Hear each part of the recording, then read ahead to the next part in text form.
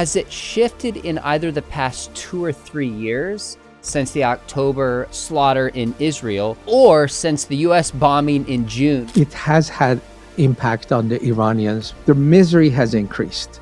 The war, the economy is really bad. Tens of thousands are being killed and executed. But every time there has been killing, after every massacre of the government, suddenly I see a new wave of people coming to Christ. Thousands dead, economic downfall. Iran is teetering on the edge of collapse. And yet our guest today, a former Iranian Muslim, says that God is at work in Iran. Dr. Hormoz Shariat has been called the Billy Graham of Iran. He is back on the show to give us insight into what is happening in Iran and a glimpse behind the scenes of what God is doing amidst the chaos and unrest. Dr. Shariat, thanks for coming back. Well, thank you, Sean, for asking me to give an update. Amazing things, good and bad, is happening in Iran. I'm glad to give an update. Well, we want to hear both, but remind our viewers, or maybe some who missed our interview from just a few weeks ago, about your story. Give us a sense of your experience growing up in Iran and then your journey to Christ. Yes, I was born in Iran in a Muslim family. I was pretty devout in my early years. But then when I got to teenage years, I started thinking, hey, memorizing this prayer and repeating it doesn't really add anything to my life. So I'm going to be a good person and follow my dream, which was come to United States, get a PhD in science and be a scientist. So I worked hard. I was a good student. In 79, I was a young student on the street of Tehran during the Iranian Revolution. And I was shouting, death to America, death to Shah, which by the way, I've changed my mind. So, but no death. I'm as a child of God, I never say death to anybody. We are army of life. We are instruments of life. So, but I came to the United States in Southern California. I went to University of Southern California and studying AI. And during that time, I got interested in spiritual things. I said, where's God? Life is empty without him. And I wanted to be a good Muslim. I got a Quran, read it carefully with the intention of becoming a good Muslim. But this time, objectively, I studied Quran. I realized there's something wrong with it. It doesn't apply to my daily life. God is distant. Where is he? And he just commands some orders, which many of them is very violent. So I said, if God has written other books like Bible, I'm an open-minded. I think all religions are the same. And if I really study them, I'm going to prove that they're all basically the same. So I started reading the Bible, not expecting to find anything new, just so that I can say I've read it.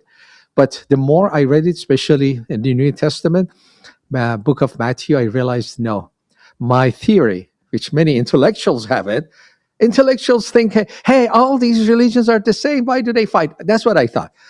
The more I compared the Bible and Quran, I realized both cannot be true. So different, fundamentally different. So I went to a crisis. Which one is true? Which one is true? Then I went to a Church of the Open Door in downtown Los Angeles, where J. Vernon McGee was the previous pastor there. That's where I heard a simple message of the gospel, which transformed my life. Even a child can understand. You don't have to have a PhD to understand it. And that simple message transformed me, transformed my wife, healed our marriage. And I got excited. Hey, this message has power to change lives, to heal relationships, to even transform nations. And I felt something that I hope everybody feels that way, every Christian. I felt I am selfish if I keep this message to myself. Being a shy, introvert engineer, I pushed myself to share the gospel. Muslims started coming to Christ. Many came to Christ through us and planted churches in Silicon Valley. I graduated. I went to work in Silicon Valley as a scientist, planted churches there in California. And right after 9/11, we said, we got to do something. We bought 1 hour of airtime on a secular channel, sharing the gospel with Iranians through satellite signal. And that 1 hour a week turned to be 24/7 for the last 15, 16 years now. Thank you for sharing that. Folks, you can see his passion coming through. If you missed our earlier conversation, check it out. We walk through depth of your analysis of the Quran, how it changed you, affected your marriage. Your brother's death is a piece of the story that so motivated you to care for Muslims, even though, and maybe briefly just remind us of what happened there and how that has fueled your passion to reach Muslims. Well, as I shared, I felt I should be sharing the gospel because that's selfish. If you have this simple message that people can understand, but it will transform their lives. So I had started sharing the gospel. Not many results. It was after Iranian Revolution. Very, very few people even were interested in hearing from me about the gospel. But I was a new believer where they arrested my younger brother. He was 16. And minor political charges. He was connected to a political group where Khomeini, the supreme leader, had accepted them, but then he changed his mind, made them illegal. So he started arresting and killing them. And one of my brothers was that. He was arrested 16 years old. They kept him for 2 years. And then when he turned 18, they executed him. And when my mom went to get his body, they charged my mom, which is they're doing it today when we get to sharing what's happening today. So I went to a questioning of God, not questioning of my faith. I knew this has worked, but questioning God, what am I supposed to do when I see injustice as a Christian? What do you want me to do? So that's after becoming revengeful. God said, no, revenge is mine. Hate, no, you got to love your enemies. So 2-3 days of mourning, I felt God telling me this, that those who killed your brother, they are not your enemies. They're victims in the hands of one enemy, which is Satan. So I have compassion on them. I felt forgiveness for them, and also I felt love. These people are going to hell. They don't know my Savior, and they don't know what they're doing. So I received the love for Muslims. And I said, God, okay, I will share the gospel. And God said, you want to take revenge of Satan? Yes, Lord. Okay, those people are not my enemies. Satan is my enemy. Okay, what am I supposed to do? He said, evangelize, share the gospel. That's the best thing you can do to harm the enemy, the dark spirit of Islam. Okay, I will do that. And then I said, if I will dedicate my life to sharing the gospel with Muslims lovingly, out of the love motivation.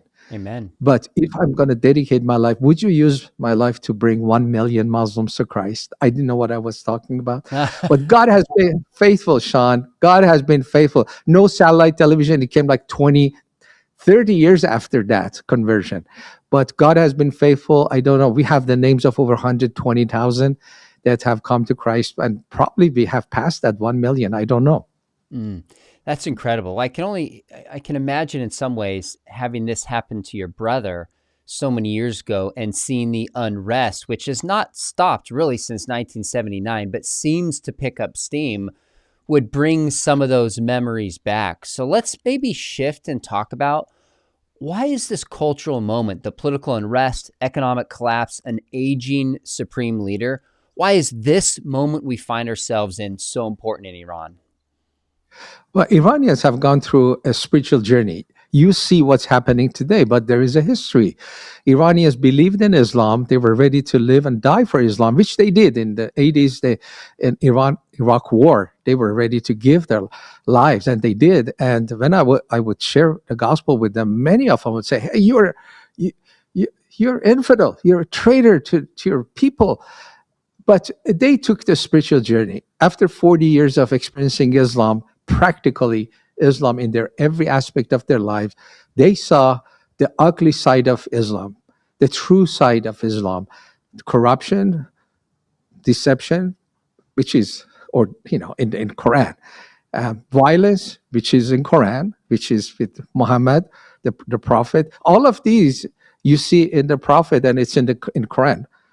They say Islam is a religion of peace. I said, look at Prophet Muhammad's life and prove to me that Islam is a religion of peace. So after 40 years of experiencing Islam, the people of Iran have come to have come to believe that Islam is not the way. Islam is the source of our problem. It's evil. I don't say that Islam is from Satan, because that doesn't help my evangelism. But people, Iranian Muslims, Sean, I hear them saying Islam is from Satan. So, especially during this last massacre, more people have come to say, we're done with Islam. Islam is not. It's not just that not for us. It's not for anybody. We need to get rid of it if we want to have a future for our country. So that's what happened. 40 some years of a spiritual journey to come to a point that Iranians, majority of them, done with Islam. That's why we see such a high conversion rate coming to Jesus Christ. Well, let's talk about that a little bit, and maybe share with us. You did a little bit earlier, but what your ministry's been doing for 25 years. What you've been doing, you said, about 15, 16 years with the radio. But has it shifted in either the past 2 or 3 years since the October slaughter in Israel, or since the U.S. bombing in June? Like, have things shifted in that window? And if so, how? Yes, every incident, when you look at it, it has had impact on the Iranians, negatively and positively. Negatively is the miserable life. Their misery has increased. The war, the economy is really bad. It's not the first time Iranians are on the streets. They have done it every 2-3 years, and every time thousands of them have been killed. Not like today when tens of thousands are being killed and executed, but every time there has been killing. And when I look at the pattern, after every massacre of the government, suddenly I see a new wave of people coming to Christ. I see like this, that there are hardcore Muslims, just like an onion. And when things like that happen, another layer of onion depart from Islam, come to Christ. So even today, I'm talking to our leaders. I'm saying it's hard. Iranians are being killed. We are grieving. They are grieving. I've cried multiple times. It's just the worst of all times. But be prepared, because every time more Iranians come to Christ, and I can see and I can hear some of our staff are telling me, even that close, say, "Hey, my family member, such a devout Muslim, and he was just cursing me all these years." And he said, and they would say, "If you come to Iran, we will deliver you to the regime to be killed." He said, "Even my family are asking me about Jesus these days. Those who were so devout wanted to kill me. Now they're asking." So let me share this with you, because Please. this is not new. Every time this happens, Sean, every year I feel things cannot get worse for the people of Iran. The violence, the killing, the economy cannot get any worse. But then it does. And at the same time, the spiritual openness of the Iranians, I say, it cannot get any better. It cannot get any better. Look, people are coming to Christ. But you know what? Then it does. Both are happening. The worst is getting worse, and the openness of the Iranian people to the gospel is getting better and better. Unfortunately, they're coming. These two happens at the same time. Is there any sense of the people where they go, okay, this, supreme leader and regime is not really representing true Islam. We want real Islam? Or in their minds, is it like, no, this is what Islam is, and you're seeing more and more people reject it as a whole, regardless of how it's practiced over the past 40 years in Iran? Very good question. I've seen that trend, that like in the 80s and the 90s, majority of people felt that, okay, something is wrong with this regime, is killing our people, they're forcing, but really there's nothing wrong with Islam. It's the problem is our regime is implementing it wrong. But through that spiritual journey, people have come to conclusion, most of them, still maybe there is small core that still believe Islam is okay. It's just the government. But the majority of Iranians have come to conclusion the problem is not with our Islamic government. The problem is with Islam itself has major flaws. So the rejection of the government, Islamic government, is coming along with the rejection of Islam. The people of Iran have rejected Islam, and it has taken them 40 some years. So it's not an overnight emotional decision. Yeah. It's very deliberate. That's why I make this outrageous statement, which I believe. Are you ready to hear it? Let's go. Iran is no longer an Islamic nation, and it will never be. Oh my goodness. All right. Explain what you mean and defend it. Go. Yeah, I couldn't defend it because I see that with people, but now I can defend it. 5 years ago, they did a survey to university professors in Europe. Did a very scientific study of 50,000 Iranians, asking them what you believe. So less than 1/3 said we believe in Islam, and that's 5 years ago. Through all these, I would say not 30, less than 30. I think it's less than 10 right now. 10% would say Islam is the way. So 1/3 said, only less than 1/3 said we believe in Islam. Another 1/3 said, God, we don't believe in God, or God is not important to us. And the last 1/3 looked all over the place for God. Eastern religion, New Age religion, and of course, Christianity, that many are coming to Christ. So there is a solid proof for Iran is no longer an Islamic nation. There is a proof. But the trend we are going, that the hatred, the militancy against Islam, the people of Iran saying we have to destroy Islam if we want to have a future.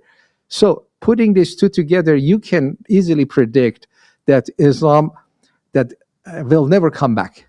Never will come back to Iran. Maybe always a little minority, but done. Islam has experienced its greatest defeat in its history in Iran today. Islam is done in Iran. That is a powerful statement for you to say. I appreciate your boldness behind that. So let me make a comparison. I know it's not perfect, but I think you'll see where I'm going with this. When you look at individuals who leave the Church of Jesus Christ of Latter-day Saints, when they leave the Mormon church, one would think, oh, they'd come back to historic Christian faith because Mormonism spun out of the Christian faith. And yet it's only a minority who actually become Christians. Many become agnostics, atheists, because they're burned by religion. And it's kind of like, I can't trust these religious authorities. I don't trust this religious text. Do you have a sense of those who leave Islam in Iran? You said many are becoming Christians. Do we have the numbers, a sense of how many are becoming Christians, how many are becoming agnostics, atheists, or is it really just impossible to really have that data right now? The only scientific data is we have that it's about 5 years old, which told us about 1.3 million Muslims have become Christian. The number is much more than that. But the numbers are increasing, but there's no way right now to know exact numbers. But let me share you a funny thing. I tell in my interviews, they say, like you, what's your estimate? I say, 2 to 3 million Muslim background believers in Iran. Then they say, aren't you exaggerating? I said, well, I don't know. 1.3 is scientific, but probably more than that. And my experience is like that. And the funny thing is, I give the same number. Sean, I give the same number to our underground church leaders. I say, tell me how many are coming to Christ. I told them, I'm telling the Westerners 2 to 3 million. You know what the leaders tell me? Hey, Pastor Hormoz, why do you downplay what God is doing here? There are many more. And they tell me stories. They tell me, they go on streets to share the gospel, and they find many people who already are Christians. They more than once, they tell me they take a taxi and they want to start sharing the gospel with the taxi driver. Before they do, The taxi driver shares the gospel with them. They go on in a shopping center and they talk to the seller, and one starts sharing the gospel, and they say, "Oh, he's already a Christian through media." They say, "I know Pastor Hormoz. I'm watching the program. I've been a Christian a year or 2 or 6 months." So the numbers nobody knows, but I believe it's at least 3 million. Oh, at least 3 million, which if Iran has 80 to 90 million people, we still have a ways to go, but minimally it's far more than what people would think. Okay, so I read the New York Times and I watch Fox News. I really try to watch news from different sides to get both perspectives as I can. And I'm tracking what's happening in Iran from the outside, but I always ask myself the question, what am I missing? What's not being covered? So what might an outsider like myself or a news organization not cover that we should know about just as a whole what's happening in Iran, or what the people there would want us to know that maybe is not getting the coverage it deserves? Well, the Western media is biased. That's not a shock. That's not new, and they pick and choose what news they cover according to what they believe. So they've decided not to cover this massacre in a major way. Maybe they mention it a little bit, and the media in the West is very afraid. I call it really fear. Are very afraid of Muslims. They're afraid to offend them, because they know if you offend them, you could be killed. They would go violent. I mean, they won't accept that. So, spirit of fear is the spirit of Islam. And many times I challenge even Christians, and maybe I should right now. If you're a Christian and you hate Muslims or you're afraid of them, knowing that the spirit of hatred and fear is from Islam, if you hate them and if you angry, if you're revengeful, maybe you're being controlled by the spirit of Islam, because that's a spirit. If you're afraid. So the Western media is influenced by that fear, but the source of that fear we know. In love, our God is love, and in love there is no fear. So why are they afraid of Islam in America? They can attack Christians all they want. They can attack, the right, whoever is against, doesn't believe like them, easily, but they're very scared of talking about Islam. And it's violent. And what the leaders are done, even the Quranic verses. Did you know there was a radio host that just quoted an Islamic verse and he lost his job? He just quoted from Quran.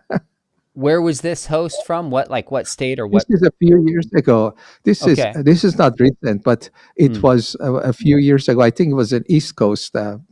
If you Google it, you can find the details. Yeah. That's really interesting. I was talking to my son just this week about how, in fact, it was just yesterday, about how the number one commandment in the Bible is do not fear. Do not be afraid. It's all over the Old Testament. It's all over the book of Acts. And yet there's a lot of fear in our evangelism and even our ministry with Muslims. So maybe when I take a step back, when you hear people coming to faith, whether it's over the past 30 years or during these kind of tumultuous periods, what are the common threads that kind of tie these stories together? What is it that makes somebody who's a Muslim, at least in Iran, choose to follow Jesus? There are several elements working together. One element is they have rejected Islam, but they're still hungry for God. Even some of them say, I'm an atheist, but they're not. They're hurt by Islam. And so the spiritual hunger is there. They're looking. And when they hear the message of the gospel, the love, joy, peace, forgiveness, the fruits of the Spirit, what God is going to give them, their spirit, and this is what's going to be produced in their personal life. It's very attractive. Jesus is very attractive. When you share Jesus, nobody can compete with him. So I've seen this. So number one is what is happening in their heart. Sean, multiple times I shared the gospel with Iranian Muslims. They accept it right away in 22 minutes, 2 minutes. And the reason is the gospel is already written in their hearts. When you talk about God's Amen. love, for example, I ask them, "Do you believe in God?" No, no, I don't. I don't believe it. I don't believe there is God. I don't believe in God of Islam. I believe. I have my own belief. Okay, what do you believe? I believe if there is God, He would be a God of love who loves us and asks us to love one another. If there is God, He would be a God who forgives us and asks us to forgive one another. Without reading the Bible, they're quoting the Bible, the God of the Mm. Bible. So when they hear the gospel, it resonates with what God has already written in their heart. That's why we see such a high rate of conversion. I wish I could show you our curve. Our curve is just like an exponential. The last few years just shooting up the number of salvations. So that's number one. Number two is supernatural visions and dreams. Mm. Visions and dreams happening, just normal healings, asking Jesus to heal. They've many of them have that experience. It's so I laugh because it's so common, Sean, that they don't even mention it. When they contact me, I have to tell them, they don't say, "Oh, I saw Jesus," or "Jesus healed me from Mm. cancer." They don't say that. It's normal for them. I have to ask them, "Have you had a supernatural experience?" "Oh, yeah, yeah, Jesus healed me," or "Jesus appeared to me." Yeah, yeah, that's of course that's normal. So Jesus Himself is opening hearts and He's appearing to them. And number three reason is media. We have been on the air for 25 years. Satellite television going over the heads of the mullahs into people's homes and in the living rooms, eye to eye, I tell them about God's love. Over 25 years, Iranians have changed their heart towards Christ. They may not be a Christian, but they really have a positive view of Christianity because of media. We have presented Jesus as a loving savior, just contrary to Allah. And so media has had a major role in changing their mind. Mm. By the way, we did a survey last year. We did some of our leaders did a survey, but better than that, we paid a company, a secular company inside Iran. We paid them money. Go ask these questions, especially from the youth, from 15 to 30, and give us the result. They asked several thousand and they give us results and amazing data there. But I want to share one. Yeah, please. One of them, how do you view Islam? 82% had a very negative view of Islam. In a different part of the survey, how do you view Jesus and Christianity? 94% said be a positive view of Jesus and Christianity. Huh. 82, Islam bad. I don't want it. 94, Jesus is good. Christianity is good. That's amazing. We're just not even hearing these kind of studies, right? Even if it's not exactly 82 or 94, these are suggesting just trends that are not being heard and told as a part of the story. So let me ask you this. You're sharing how the norm it is to have dreams and visions and healings. Are you hearing these in any different way since the bombing in June? Like, are you still getting these? How frequently do these come in? And how do we know we can trust these accounts, especially in our age of like fake news and AI? It's happened so many times, you cannot ignore that. And people who claim that they're ready to die, just like the apostles, why did they were ready to die? They saw their risen Jesus, right? That's That's right. explanation. Why would they give their lives for that? That Jesus died and was resurrected because they saw him.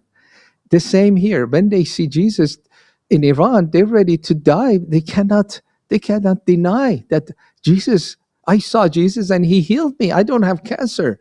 How can you deny that?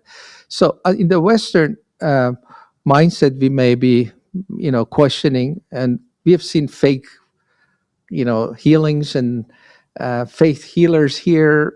Yeah. So we're very skeptic. But these people have nothing to gain, everything to lose when they say that.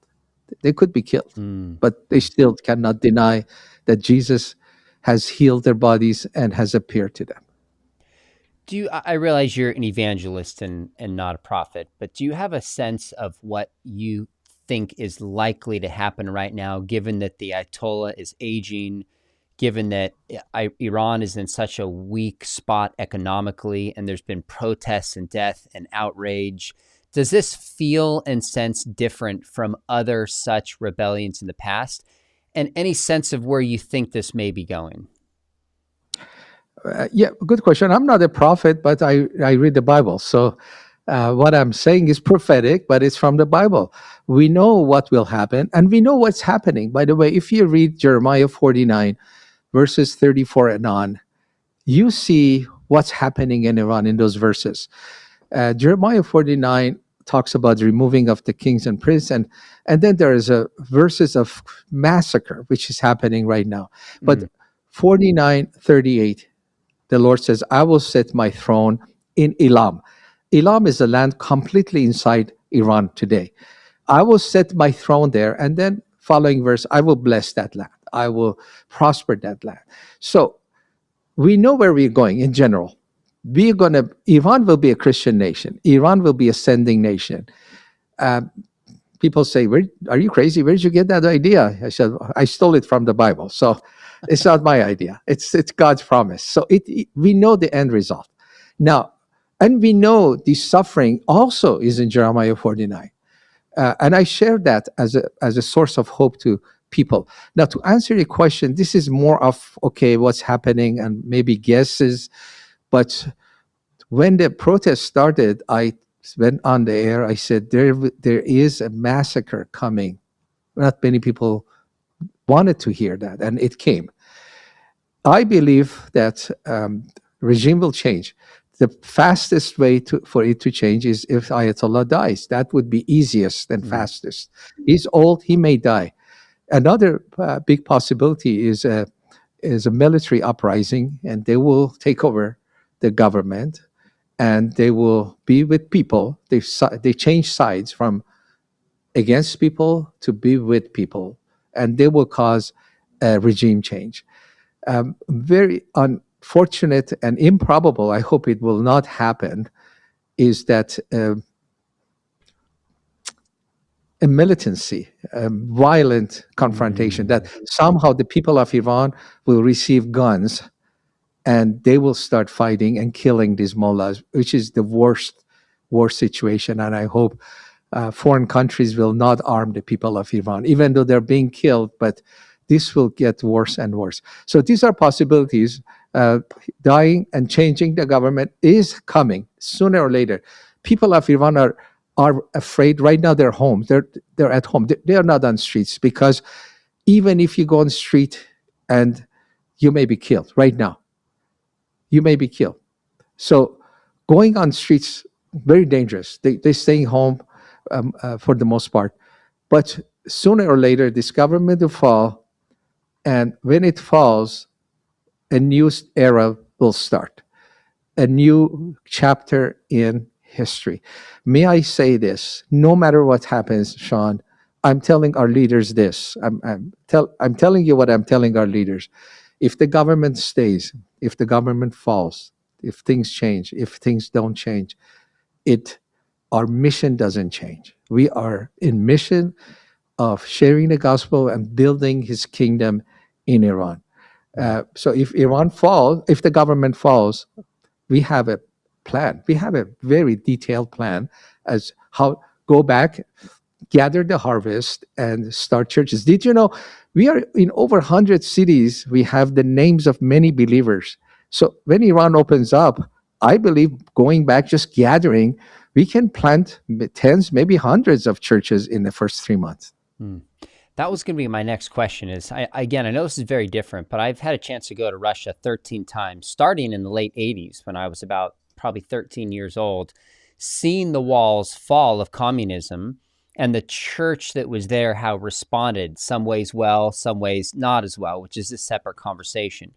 It sounds like you have confidence that either believers there or organizations like yours or others, that if this does fall, there will be a basis to move in and start networking and reaching and equipping and strengthening people. You have confidence in that process.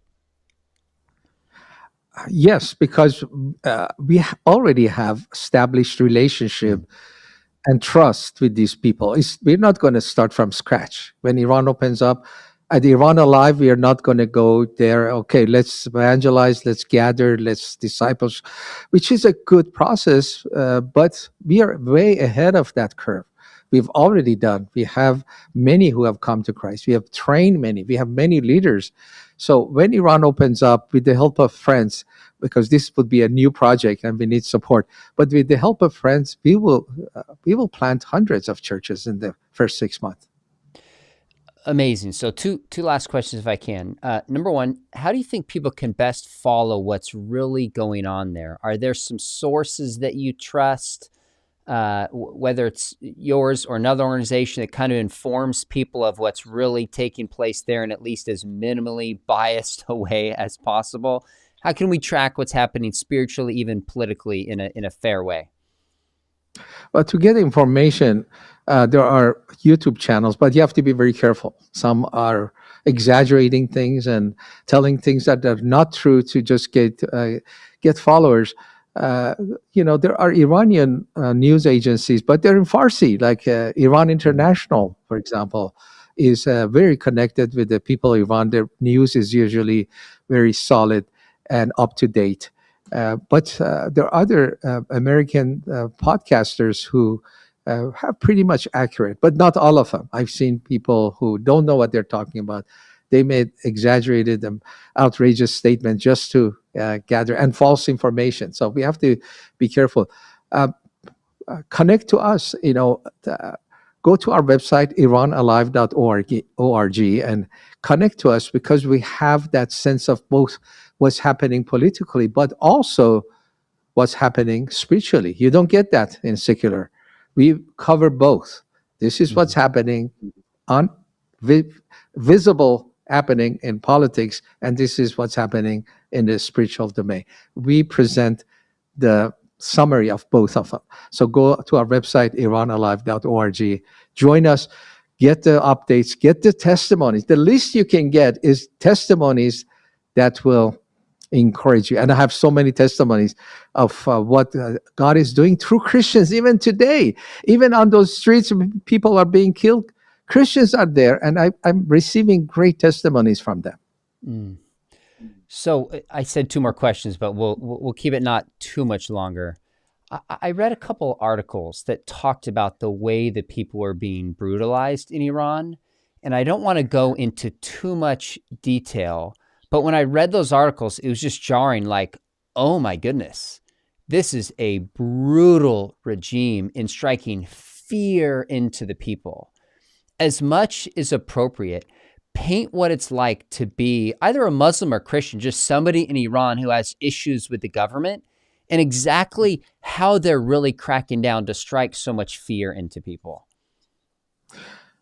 Well, they kill people on streets. But besides that, with the help of China, they have other instruments of spying on their people. For example, you buy a cell phone in Iran, most likely things are already installed on it to track you. And so, they know you were on streets. Even if you were not killed, you go home.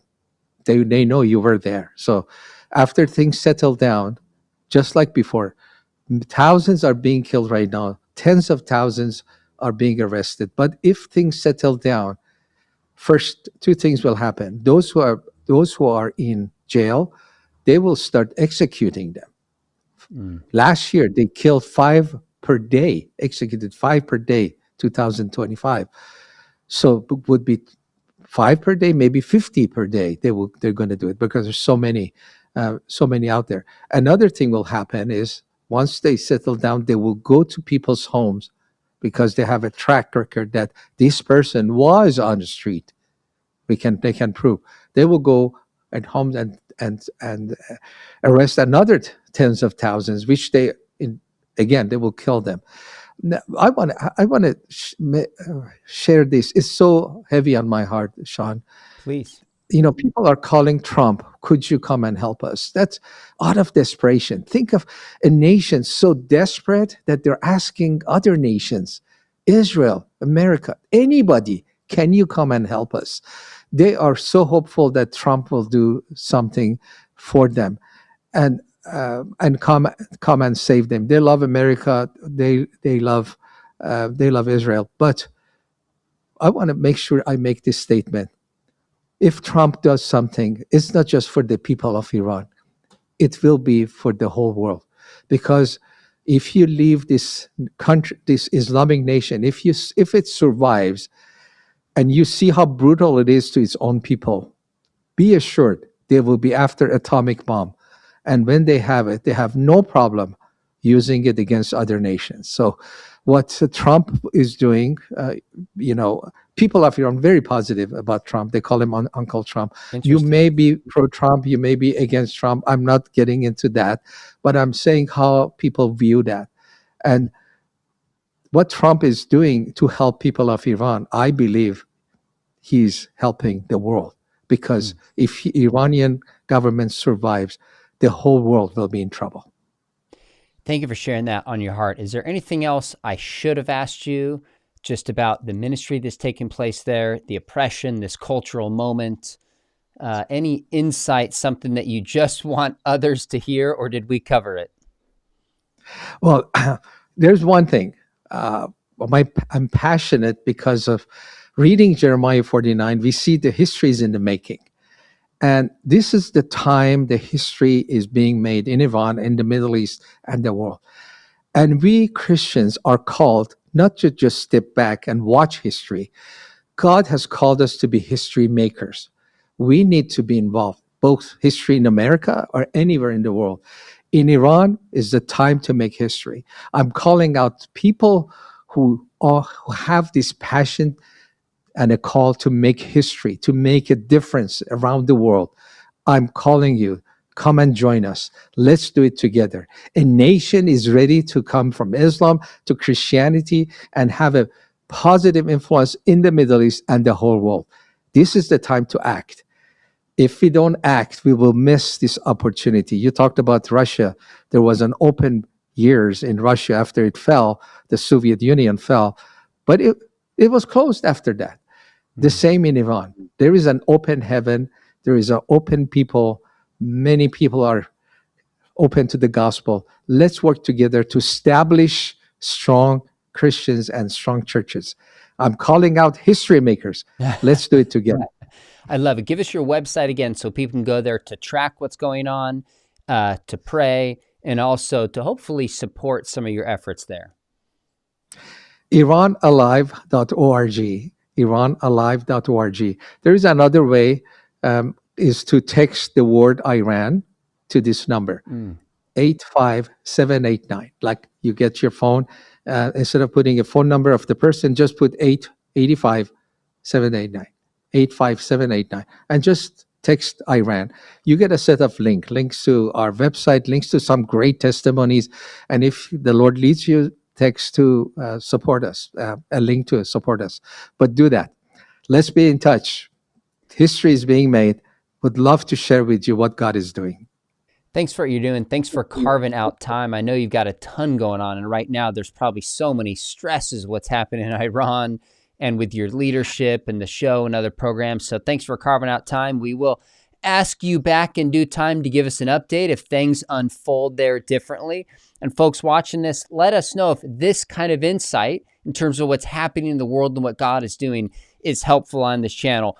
Make sure you hit subscribe while you're at it. And we teach classes on how to reach Muslims in our program, in the MA program in apologetics. We would love to have you join us here at Talbot School of Theology. Dr. Hormoz, this has been so encouraging and so eye-opening. Thank you for your time, and just God bless you in your efforts for the kingdom. Well, thank you, Sean. So thankful for you. You have a mission in life, and you're very faithful to what God has given you, and I honor that. Thanks, brother.